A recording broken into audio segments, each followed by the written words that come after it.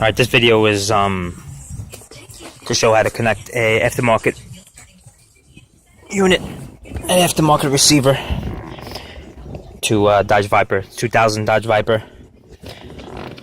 It's really simple. Alright, after you figure it out.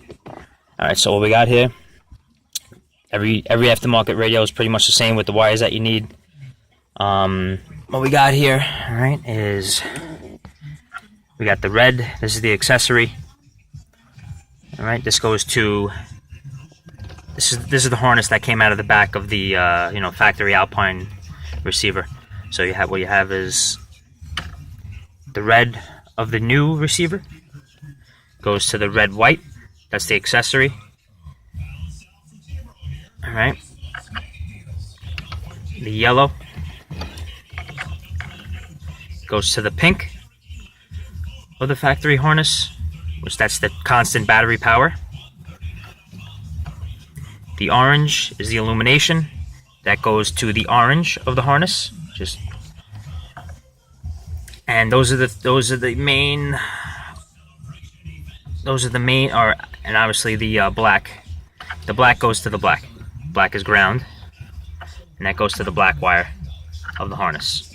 So what I did was I just cut those out in the harness, and I just left the rest of them in the harness, and I'll just stuff that back there. That's fine, nothing wrong with doing that. The rest of them you don't need. You got a black with a yellow stripe.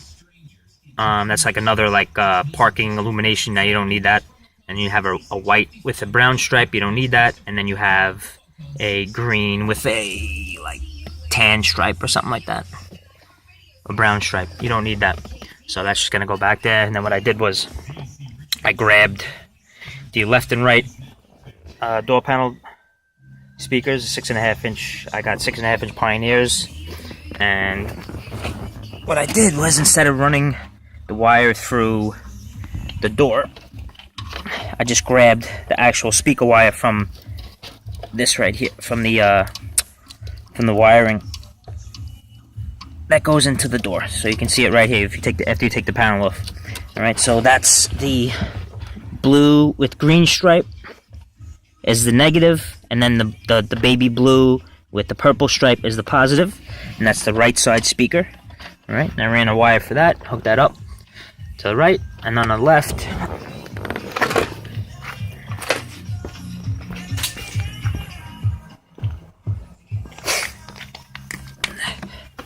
on the left-hand side for the left speaker, the positive is the green with the green stripe in this wiring.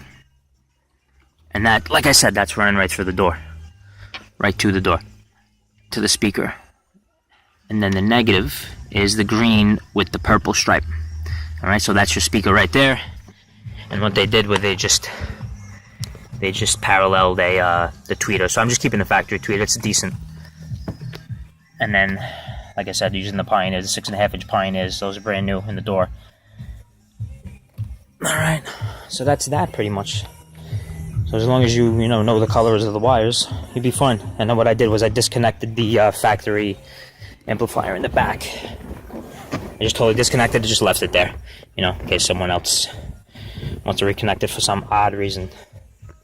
So after I did that, I got a new dual 4 ohm pile. It's a pile power. It's not the greatest subwoofer. I think it was literally $25. But what it is a dual 4 ohm, and it's very efficient. You need to be very efficient because the radio is not pumping out much power to the subwoofer. So what I did was I used the two front for the two front speakers. I used the two front leads off the radio, and then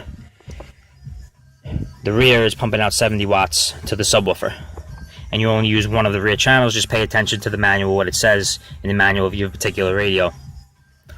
And I just left the other rear channel alone.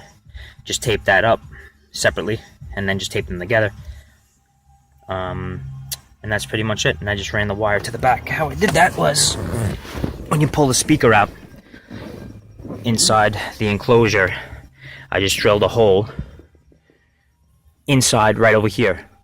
So that enabled me to just run the brand new speaker wire right in here, and then it goes into the enclosure inside, right to the speaker, and then come in this little panel behind it and run down there and run underneath the panel and just stuff the wire under there nice and tight and neat.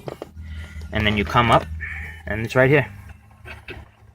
And then that goes all the way right there to the rear, where is it, right here, the rear lead. And that's feeding a subwoofer signal from the new radio. So I don't need any amplifiers, nothing like that.